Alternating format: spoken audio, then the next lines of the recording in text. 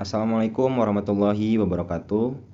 Perkenalkan, nama saya Bagas Prayoga, NPM 224112000 dari kelas Manajemen 22E, mata kuliah Technopreneurship.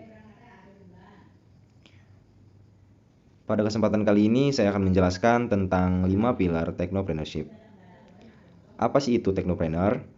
Technopreneur itu merupakan seseorang pengusaha yang memiliki bisnis berbasis teknologi. Saat ini mereka telah mahir dalam mengelola beberapa skill dan memiliki cara berpikir yang baru dalam hal produk dan usaha yang baru. Sehingga perangkat skill yang dimaksud disebut dengan 5 pilar Technopreneurship. Kemudian 5 pilar tersebut yaitu yang pertama adalah value creation atau penciptaan nilai. Yang kedua ada the lean startup atau identik dengan perampingan. Yang ketiga ada customer discovery and validation, yaitu penemuan dan validasi pelanggan. Yang keempat the business model canvas.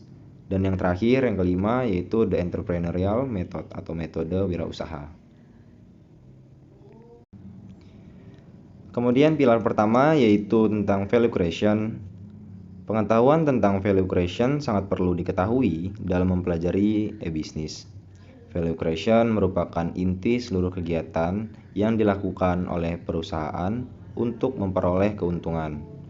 Dengan mengetahui hal ini, kita akan memperoleh pemahaman yang benar tentang apa yang sedang dilakukan dan diusahakan oleh suatu perusahaan sehingga dapat memberikan solusi e-bisnis yang tepat untuknya atau untuk pebisnis. Pengertian value creation itu adalah sejauh mana pelanggan merasa suatu barang atau jasa telah memenuhi keinginan atau kebutuhannya, yang diukur dengan kesediaan pelanggan untuk membayar barang dan jasa tersebut. Ukuran ini biasanya lebih tergantung pada persepsi pelanggan tentang nilai produk daripada nilai intrinsiknya. Pengertian value creation atau penciptaan nilai sendiri adalah proses penciptaan nilai yang dilakukan perusahaan secara efisien untuk menghasilkan keuntungan atau value. Value atau untuk selanjutnya disebut nilai diciptakan melalui suatu kegiatan atau aktivitas. Misalnya memotong pohon kemudian menjadikannya kayu, atau kreativitas. Misalnya membuat sebuah logo atau menulis karya ilmiah. Tentu saja tidak semua kegiatan menciptakan nilai.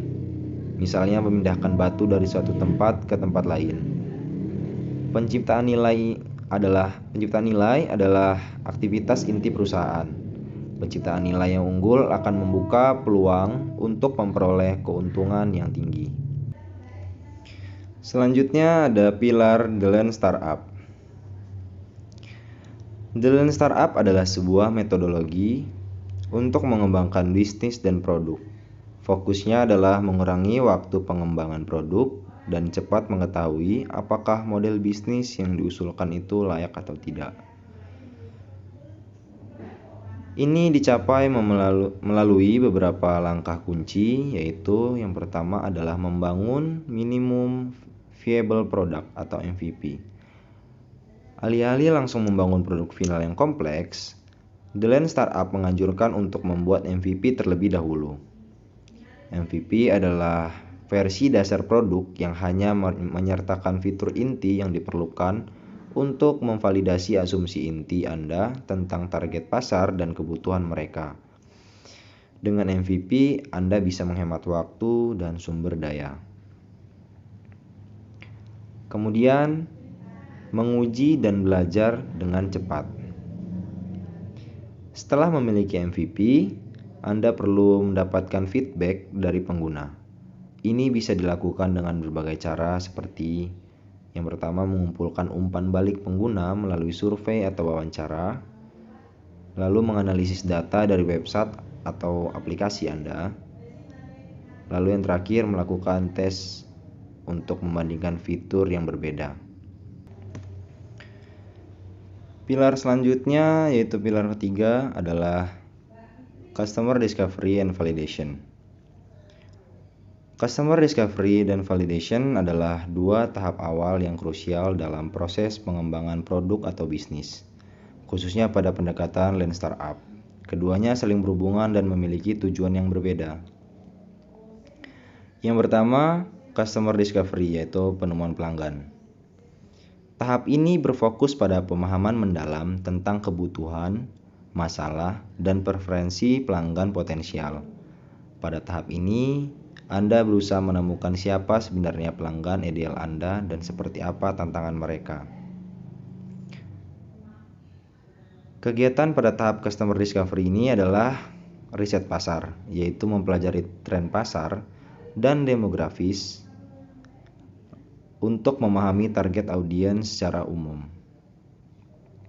Yang kedua, wawancara pelanggan. Melakukan wawancara mendalam dengan calon pelanggan untuk menggali lebih detail mengenai permasalahan mereka, harapan, dan pengalaman yang pernah mereka alami.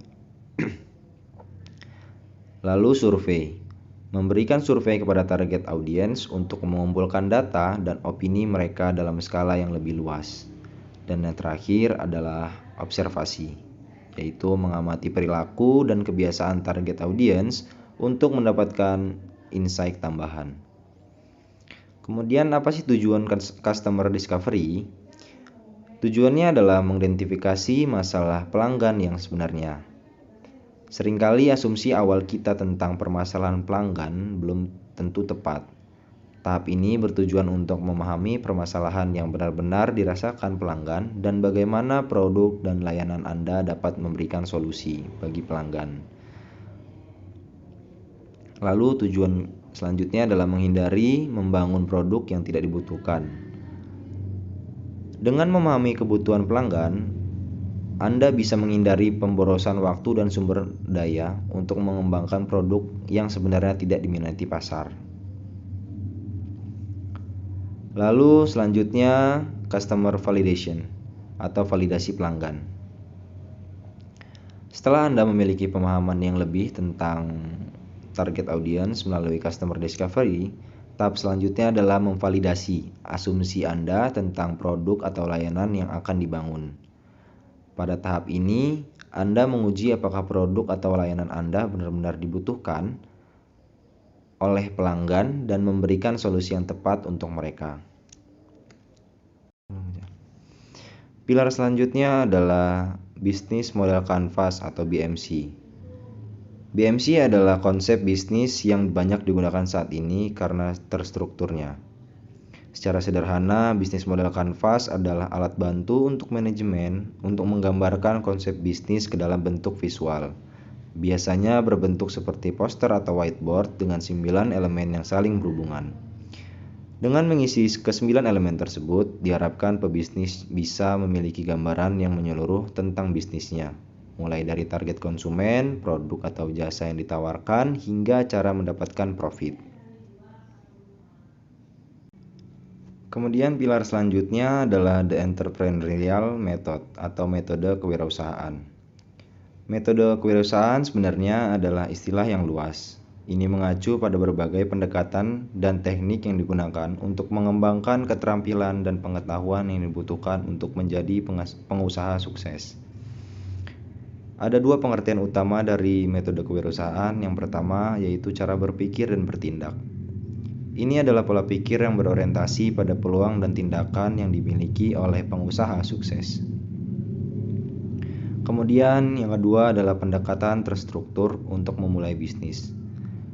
Pendekatan ini melibatkan penggunaan alat dan kerangka kerja tertentu untuk membantu perencanaan dan pengembangan bisnis. Mungkin itu saja yang dapat saya sampaikan. Saya akhiri, wassalamualaikum warahmatullahi wabarakatuh.